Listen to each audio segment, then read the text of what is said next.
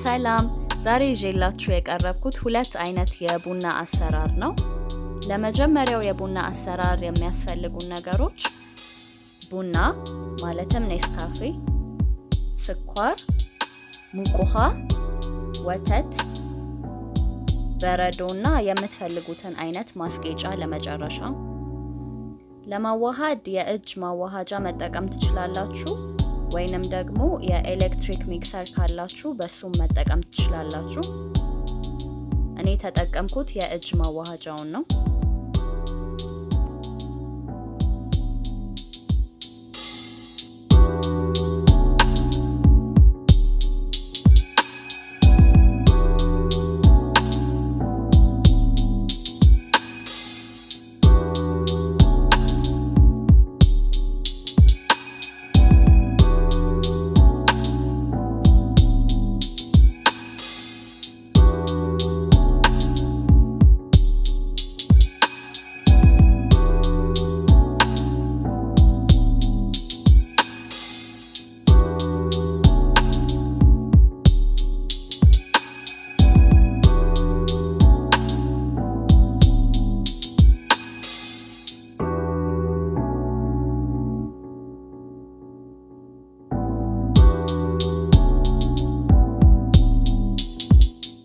ከዛ አንድ ላይ ካቀላቀልናቸው በኋላ በደንብ ለማዋሃድ መምታት አለብን።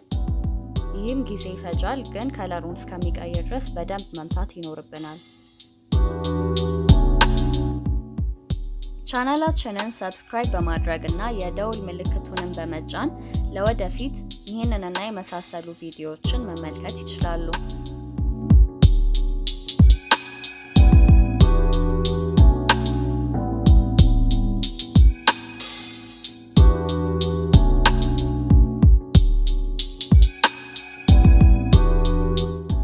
እንደምታዩት በደንብ ከተመታ በኋላ ብዛቱም ከለሩም ይቀየራል ማለት ነው። ውፍረቱ ደግሞ ይሄን ይመስላል።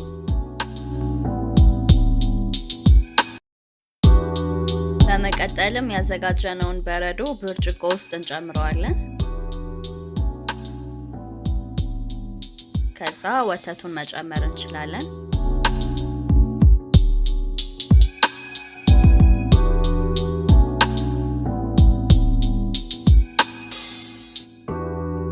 ከዛም ያዘጋጀነውን ውህድ ከላይ እንጨምራለን።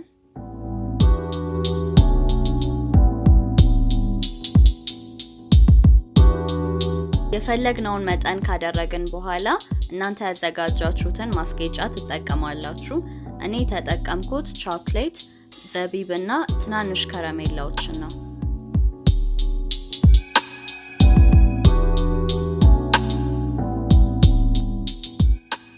በዚህ መልኩ ካስዋብን በኋላ ቡናችንን መጠጣት እንችላለን።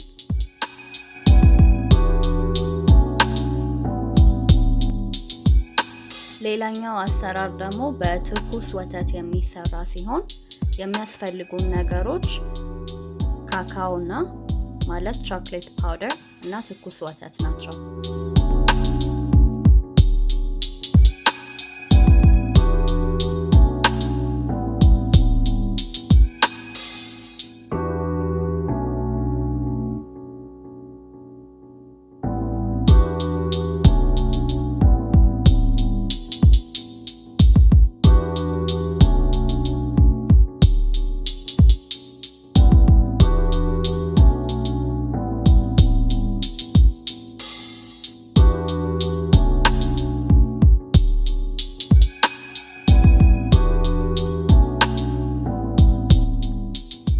ያዘጋጀነውን ቡና ይሄን ይመስላል።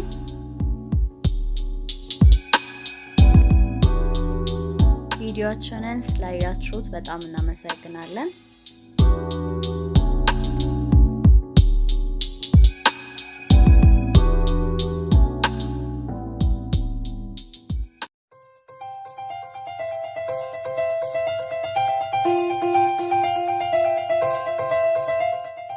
ቻናላችንን ሰብስክራይብ እና የደውል ምልክቱን በመጫን የቤተሰባችን አባል መሆን ይችላሉ።